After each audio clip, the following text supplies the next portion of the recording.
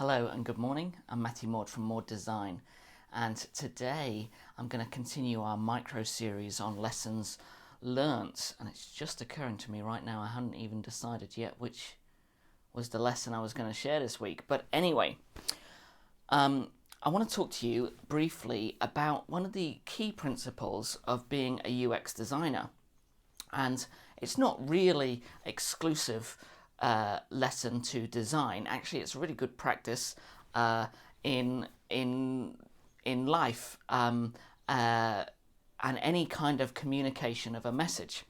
And that is to put the recipient of the message, often referred to as the user, the viewer, the listener. What are some of the other ways you might refer to them? The client, the customer. There's lots of different terms, but let's group them all together in this instance as the recipient of the message. And it's really important that you put that individual, whoever they may be, at the center of your focus, of your planning, because it's very, very simple for us to decide we want to tell people this. For example, we want to tell them that our software is the best. But the reality is, what they probably need to hear is how your software is going to solve their problem.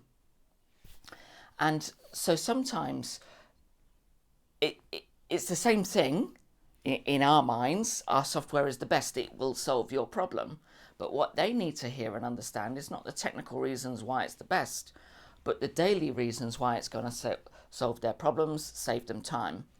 And the message might ultimately be the same, but it needs to be tailored round to something that fits what they need to hear rather than what we need to say. The other really valuable thing I think that's I've learned from UX design and just design in general, and it's something that we harp on to our children about all the time, and that is to if a action has been performed, you need to receive some form of feedback that it has happened, it's been carried out, or it's been heard. So I don't know if you have children yourself, but we're forever giving them instructions and then you hear nothing. So you give the instruction again until eventually the child shouts back, "Yes, I heard you, I'm doing it." But the reality is, until that point where they actually responded with either a yes or a no or a okay then, you don't know that they've heard your message. And it's the same when performing a function like pressing a button. You want to be certain that something happened when you press that button. But in the same way, when you're operating in your business or in life, you want to be certain that feedback has happened.